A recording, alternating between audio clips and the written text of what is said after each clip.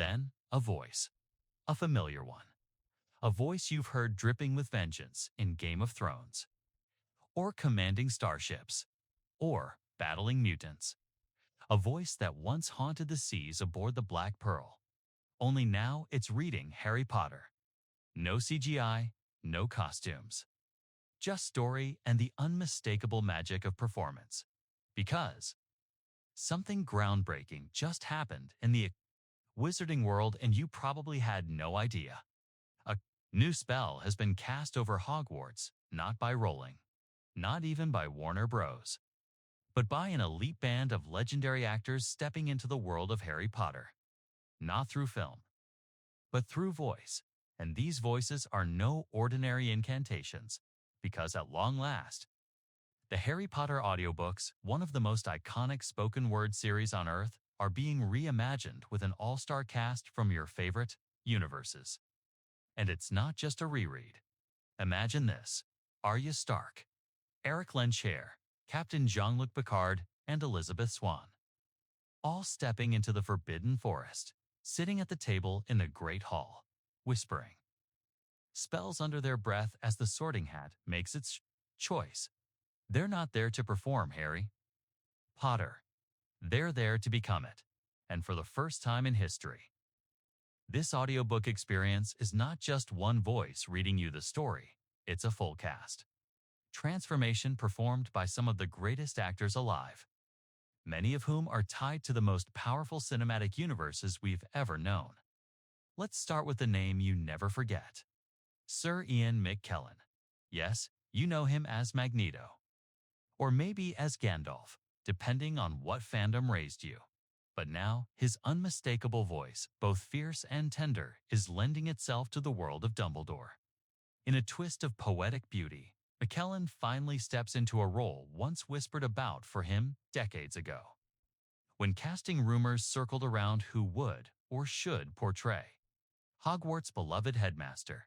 In this new audiobook production, he doesn't wear a costume. He doesn't wield a wand. But somehow, through sound alone, he becomes more Dumbledore than ever. And he's not alone. From the shadows of Westeros comes Maisie Williams, known to millions as Arya Stark. Her voice, hardened by battles fought far too young, now brings life to another curious, brave soul, Hermione Granger. And it fits scarily well. You hear her read Hermione's lines, and you wonder, was she always the girl reading by candlelight? Clever and questioning, daring to know more.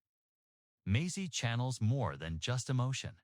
Then there's Patrick Stewart, the voice of reason, of command, of stoic warmth.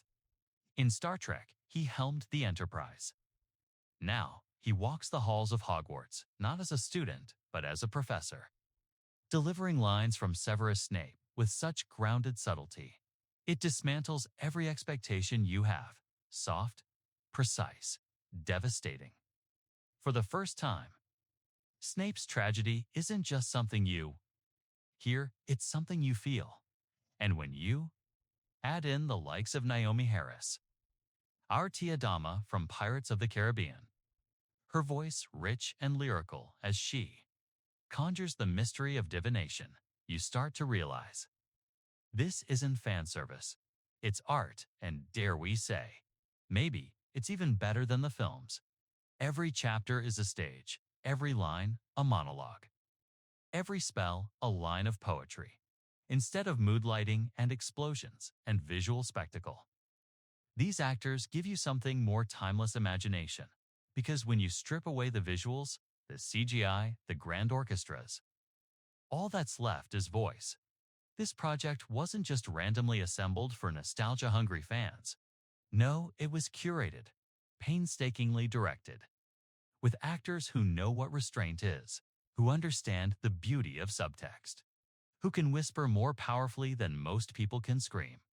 There's something deeply emotional about hearing these legendary voices lend themselves not to their own fame or franchises, but to Harry Potter, a story that once stood alone in the world of magic, now being embraced by icons from across sci-fi and fantasy.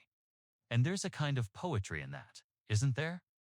Because these universes, Game of Thrones, X-Men, Star Trek, Pirates of the Caribbean, they've all shaped who we are over the past 2 decades. They minted allegiances, inspired tattoos, built entire belief systems in people who were once just kids, desperately clinging to stories that made them feel less alone. And now? They've returned, older, wiser, changed. Their voices slower, more weathered, but more powerful than ever. There's a beautiful vulnerability in that. Because when you listen to these new Harry Potter audiobooks, you're not just hearing characters. You're hearing the past, reinterpreted through the artists who helped shape genre itself. It's as if the cultural pillars of our generation have all come together in one enchanted room, dimly lit, where stories are passed down like ancient spells. And nothing, not even time, can touch those pages. Not controversy, not recasts, not generational divides or online debates. Pure, loyal, and beautiful. There's a moment, late in the first audiobook, when the Great Hall trembles, and the fate of Hogwarts hangs by a thread, and you hear multiple voices in harmony. Not just reading. Living the moment, each voice committed, focused, clear. And if you close your eyes, you're not just there, you're within. This is storytelling at its highest possible level, not because of flash, or fame, or money, but because artists are serving something greater than themselves. And that's what makes these audiobooks different. They aren't cash grabs, they aren't reboots, they are reverent acts of love from actors who know exactly what magic means. Because they've lived it, they've been in distant galaxies, on cursed ships, in the halls of medieval empires and mutant fortresses. They've been kings, queens, warriors, and ghosts. And now, they're stepping into the world that raised millions of us to give something back, to protect the flame, and to burn it anew. So yes, Game of Thrones, X-Men, Star Trek, Pirates of the Caribbean, they've all walked through the doors of Hogwarts. And they're not here to outshine it. They're here to kneel beside it. Open the book and read. Because when people say that magic isn't real, they've never heard Arya Stark whisper a spell. They've never heard Magneto say Lumos. They've never heard Jean-Luc Picard read the words after all this time. And they've certainly never heard how far a voice can carry when it's telling the story you never want to end. Harry Potter lives, not just on the screen or the page, but now in the echoes of legends. And all you have to do is press play.